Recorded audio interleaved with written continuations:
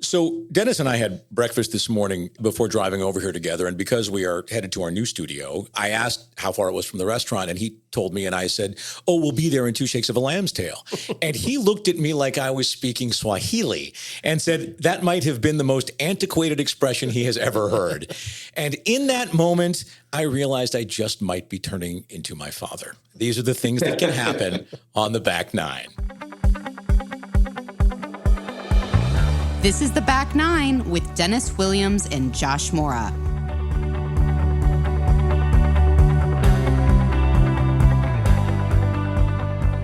All right, Dennis, you did. You mocked me. Listen, I had heard the expression before, but I did feel like I was listening to my grandfather make an expression like that, right? It's like, yeah. It's one of those expressions that you've heard, but you're like, I have no idea what that even means. It has to do with something on a farm. Right.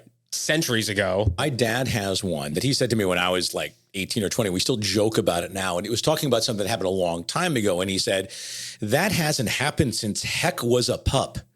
And who even knows? It's from some cartoon from the 1930s. I'm like, a little context here, right? It's at this point, we're in the 90s. Yeah, that's a little dated. Yeah.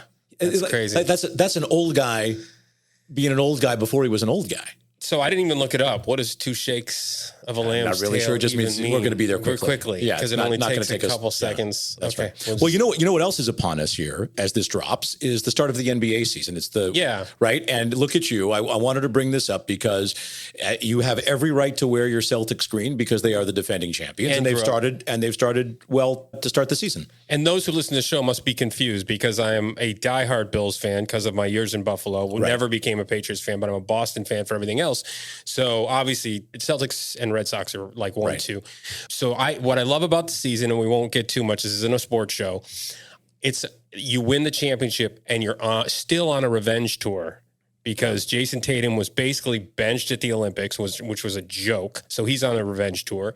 And Jaylen Brown wasn't even invited to the Olympics, and he was the MVP of the finals and the conference finals. So those two guys, and it's already started out like this, are on an absolute revenge tour, which is awesome because the league better look out. You can already tell that they have a chip on their shoulder. Yeah, they want the Bulls record of all the wins, right? And the Warriors record of the wins.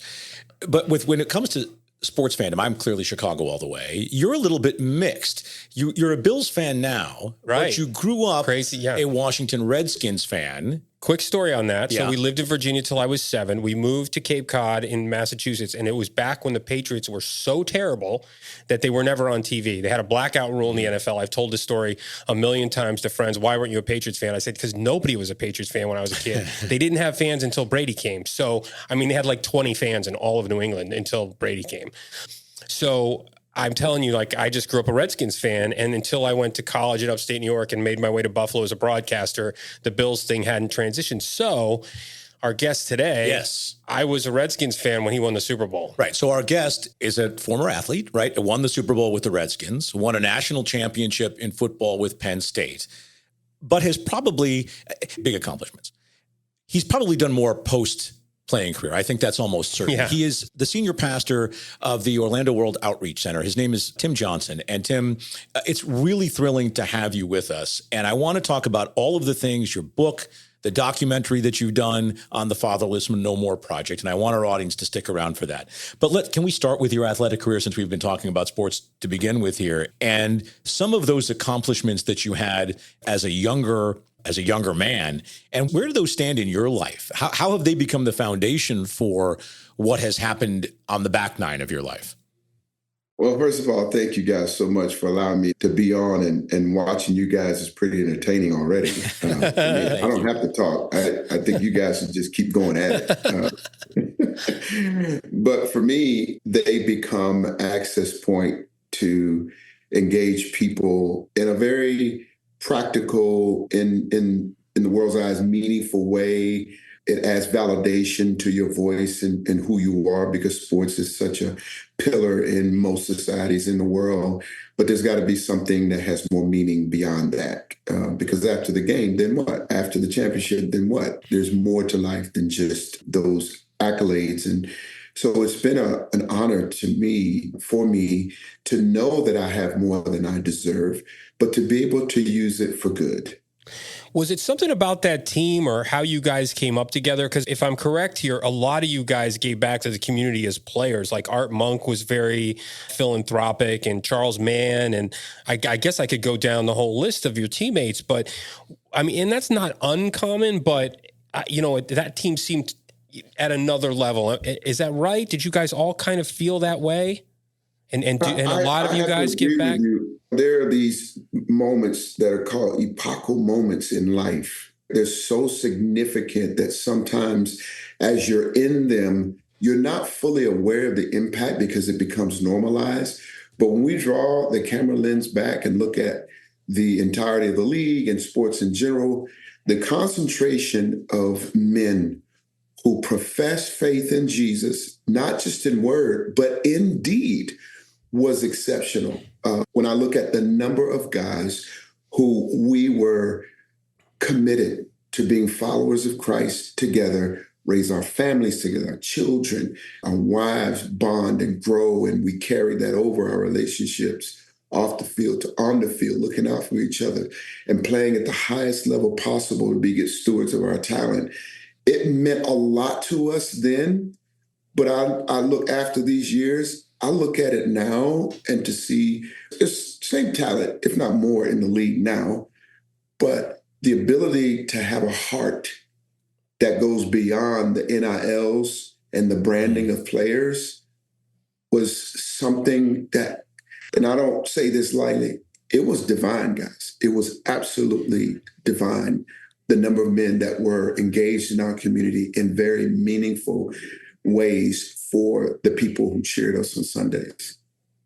What's interesting about your backstory, and I know I don't want to tell too much of it because it's your story, and I want to give you the opportunity to talk about it, is that one of the ways you found yourself here is from your own background.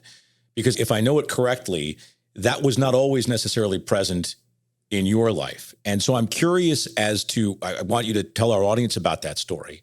I'm curious as to the role that the teams played in fulfilling that role and how it has positioned you for what you're doing now. And then we'll get into what you're doing now. Well, one of the things that I share with people, especially young people, is the power of one conversation. And the power of one conversation goes back for me to like junior high school, transitioning from junior high to high school. I had quit the junior high basketball team and really was wandering around and had no real sense of identity or place in this world. And a gentleman sat me, a stranger, by the way, one conversation, he sat me down and said, "You can be different." And in that, he provided a template for me to follow by talking about determination, motivation, discipline, and perseverance.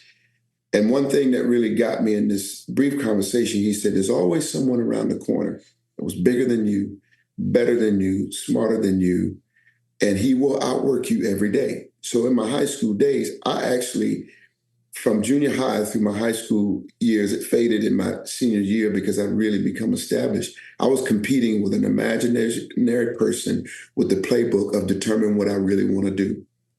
Don't wait for somebody to motivate me to do it. Actually do things that others won't do so I can do what others won't experience later. And then don't quit. No matter how hard it gets, don't quit. I felt like the foundation of my participation in the team had to start with me understanding that there is a way to actually be different than the mindset that I had of being limited and not having anything to offer. That conversation pulled me out of just mediocrity, I say, athletically, to seeing things I never saw because I was doing things I'd never done. I ended up becoming an All-American, All-State, Lineman of the Year, Athlete of the Year. I mean, it carried over after high school to being on the Tampa Bay Tribune, top 100 athletes in 100 years. I mean, it just, one conversation led to the impact of an athletic life I couldn't even see at the time. So being able to be coached was critical for me, and being able to encourage my teammates and their ability to maximize their talent. But after that, I went to college at Penn State, and I had another conversation that led to another series of conversation, not just about how I can be different on the field, but that my life could be different. I mastered the discipline and all those things that it takes to overcome surgery, torn hamstring, knee surgery, ankle surgery, busted up, like all these things happening. I was really good at that, but I didn't have a handle on the fact that I had no peace in my life, that I had a sense of emptiness.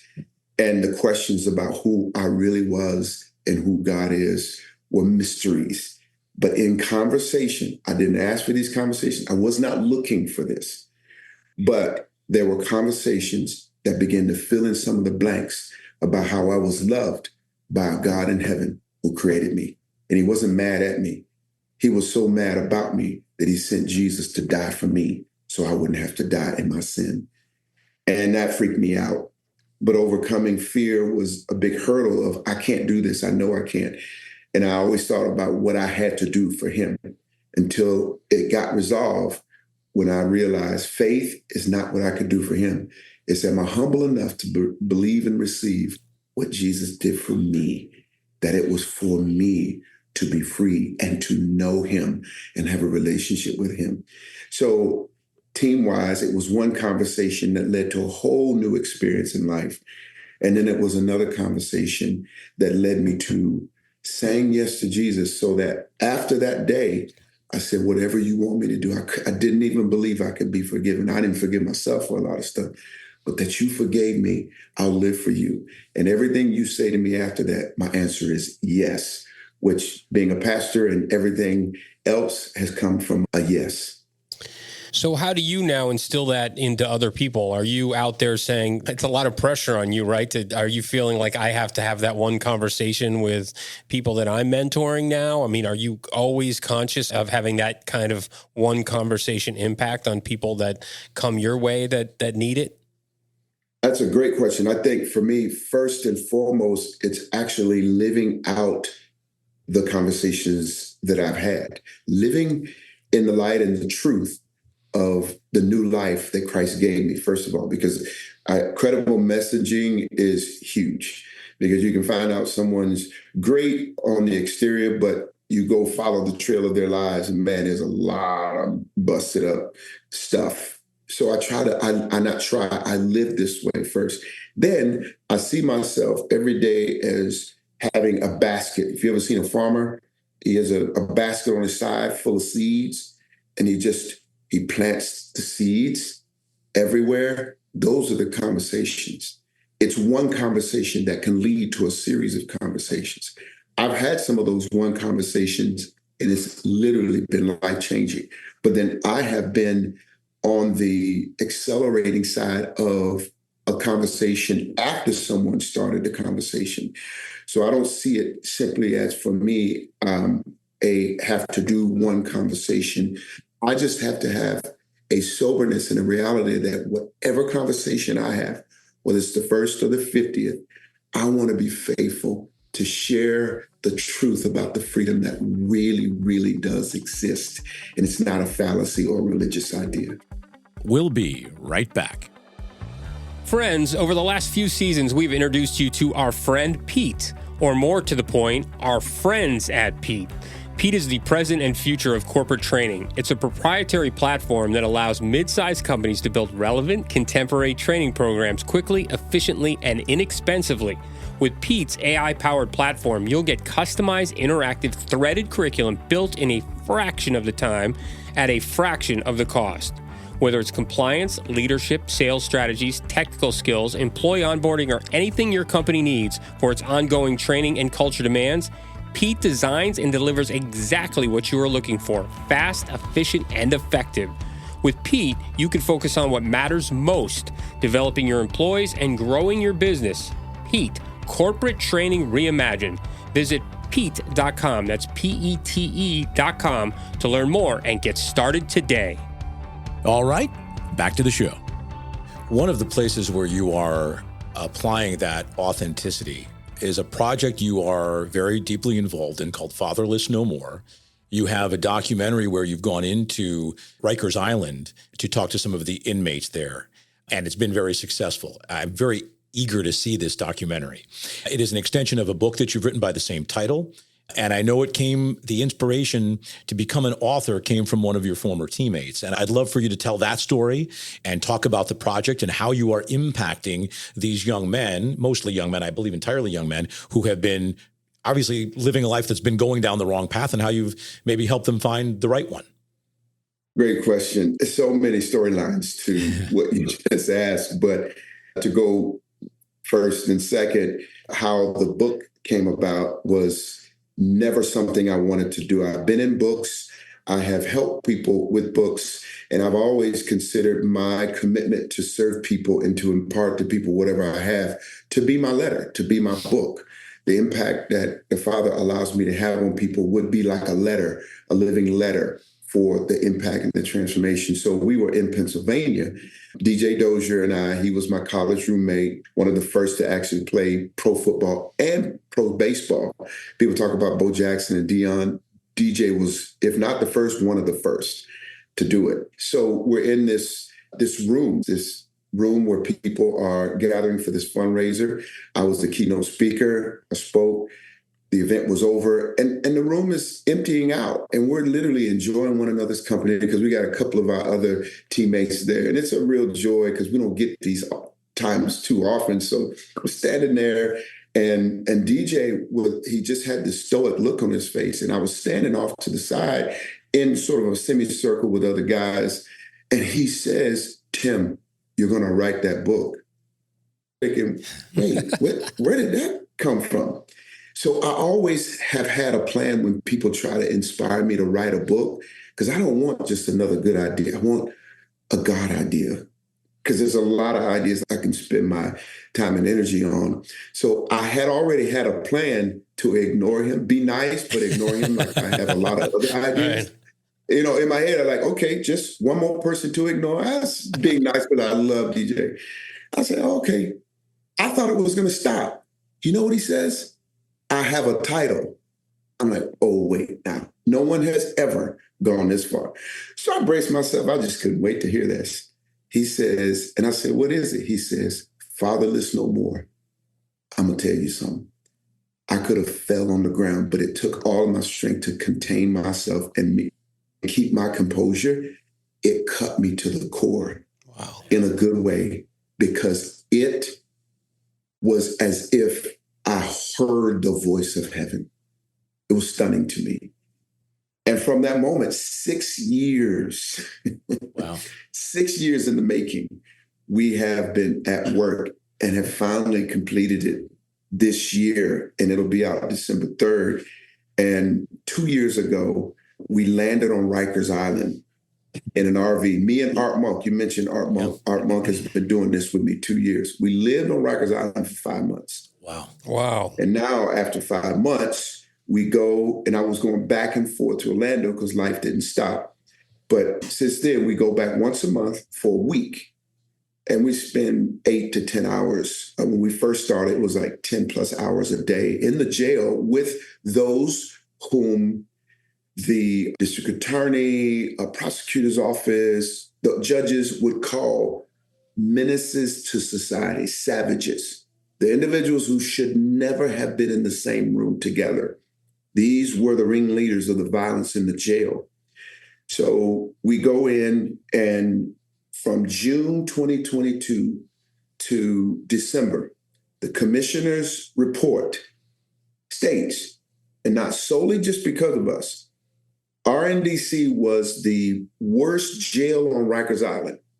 The violence in that jail went down close to 60% in that jail among the 18 to 21-year-olds. Instead of a bloodbath, they became brothers, because my mission was to introduce them to a relationship with the Heavenly Father through faith in Jesus Christ, so they know whom they belong to, what to believe, and how to behave.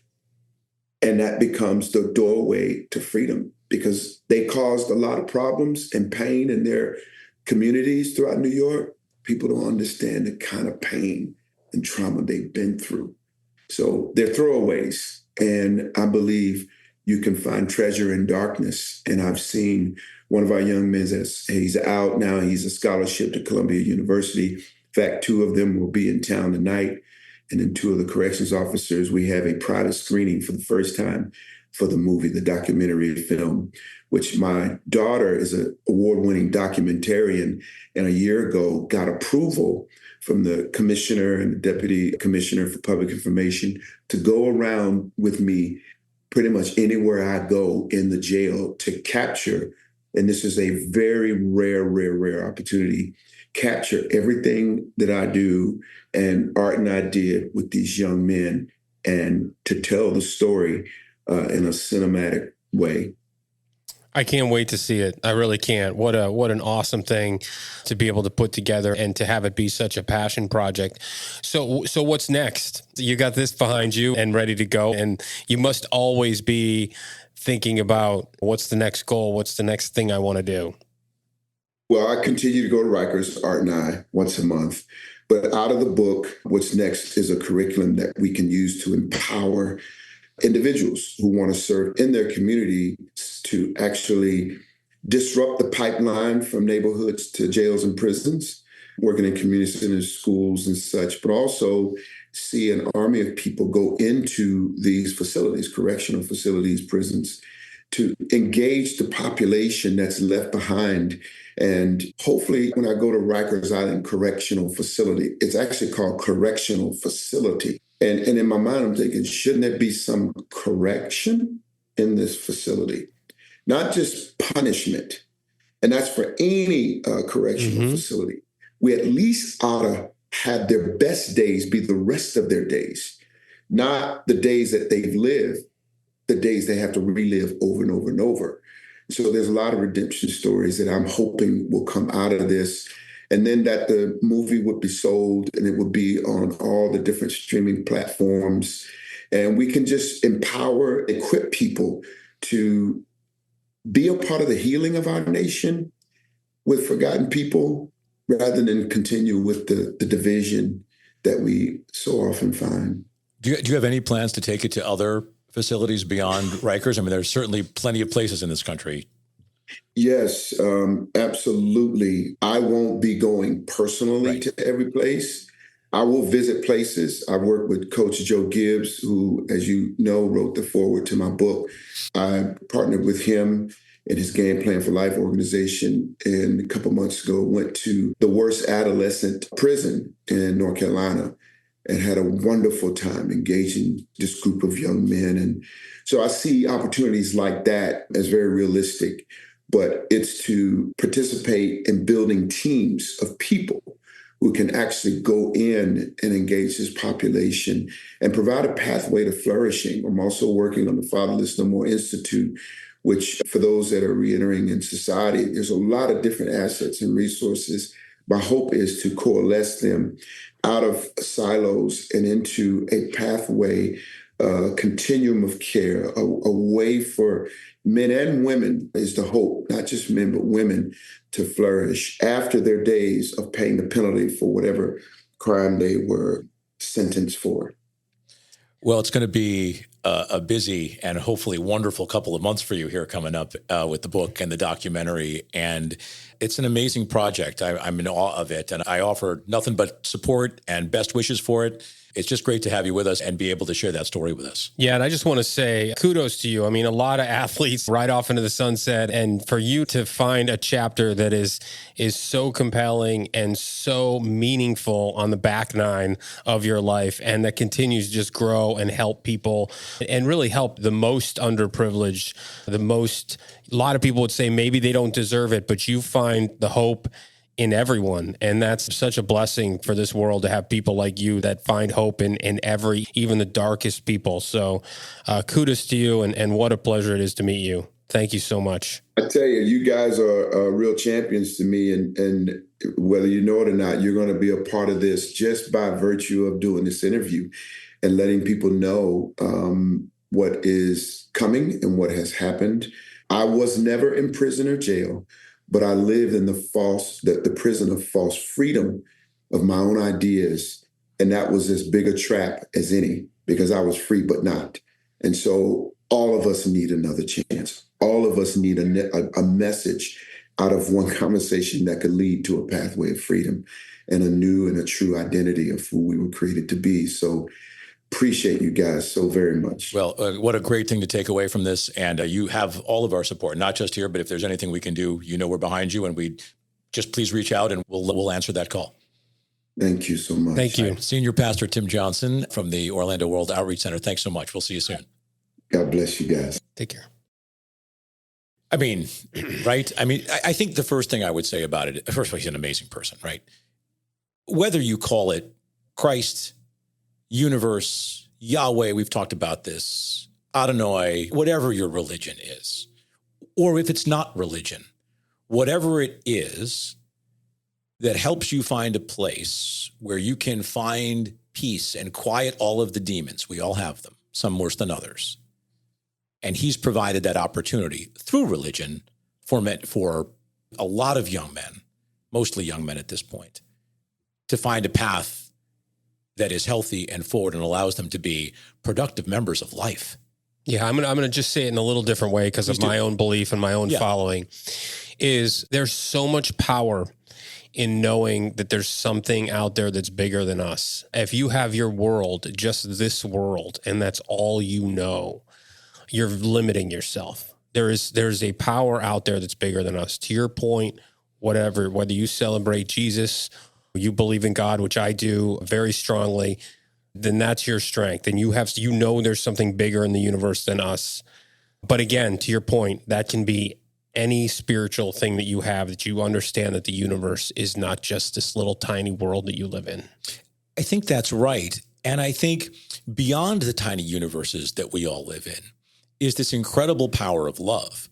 And often it channels itself through religion, formal or informal. But mostly it's something that whether we believe in one God or a different God or not at all, spreading love, spreading support for each other as fellow humans is something that we can all do. We can all tap into that in some capacity. The reason that religion exists structurally is to help with that, right? To put some scaffolding around that, I think, in a lot of ways. But love each other, be kind to each other. Well, we were talking about this morning, in fact, how easy it is for people to get away from that and be angry and fearful and enraged all the time. It doesn't have to be that way. And what Tim didn't tell you about his story is he grew up without a father. No name on his birth certificate, and the father's spot on his birth certificate. And that framed the beginning of his life and was something that he was always searching for. And he recognizes that in other people, which is why he is the one who should be one of the people who can be delivering that message. The message is powerful. It shows that we can all have an impact. Small, he is having a huge impact. Yeah. But just little acts of kindness, big acts of kindness. One conversation. That's the most powerful thing. If you're going to take anything away, one conversation you have with someone can change their life, or one conversation that you actually listen to. And that's the important thing. He was not the person that was giving the conversation. He was the listener. So he had to take that one conversation in. How often do we not do that? How often do people not take that one conversation or know it's the conversation that can have an impact on their life and listen well enough to know that? That's probably the critical thing. Be a listener for that one conversation. When you are listening, you can hear what you are called to do. He heard it in a religious way through his former teammate, heck of a player, by the way, in DJ Dozier. I felt it too. Yeah. When we're talking about building this podcast, knowing that, not trying to take on, what's the word I want here? Not trying to be immodest about this, but when we first put this seriously, not when we were talking about it in 2020, but we were really talking about it in 2023, I was like, oh yeah, this is what we're supposed to do. Yeah. Whether it makes money, I mean, great if it did, right? But that's not the point. The point is what's really gratifying about it is the connection, the introduction to people like Tim Johnson, hearing some of their stories, hearing how it resonates with our audience, as well as experiencing how it's resonating in this moment and in so many of the other moments that we've had doing this podcast. Well, I mean, personally, it's changed me because of the people we listen to. So at the very least, I know that we're having an impact on the people that listen to this, but there's so many things that I've taken away, to your point, from various guests in this past year that are profound. I think about things that we've learned. That's what we're doing. We're learning by interviewing these people all the time. There are things that I've taken away and incorporated in my life from multiple guests this year. So the impact it's had on my life alone has been huge. I love that. I see that in you. I see that in you for sure. Well, that was a great episode. And coming up next week, we have more great episodes because we're going to start our surprise guests. And that's going to be a heck of a lot of fun. I can't wait to introduce my guest to you and see if you can guess who it is. So that's coming up. Great episode in the past, more coming up in the future. Join us next time on The Back Nine. Hi, I'm Kevin Zurich with Three Bridges Consulting. If your company is considering podcast advertising, consider Three Bridges your go-to partner. We specialize in connecting your brand with the perfect podcast and podcast hosts to reach a highly targeted audience. Podcasts really provide a unique opportunity to speak directly to your core consumer in a very engaging and intimate format. If you know who your audience is, we will find them and ensure your story resonates. So give us a call today to discover how podcast advertising can enhance your overall media strategy. Our number, 760-590-7634. Again, 760-590-7634. We look forward to hearing from you. Along with following us wherever you get your podcasts, please check us out on Instagram at back9_podcast. That's back9_podcast on Instagram. The Back Nine gets a soft kiss from Janine Stella and is recorded by Stella Mix Productions at Pod Populi in Boca Raton, Florida.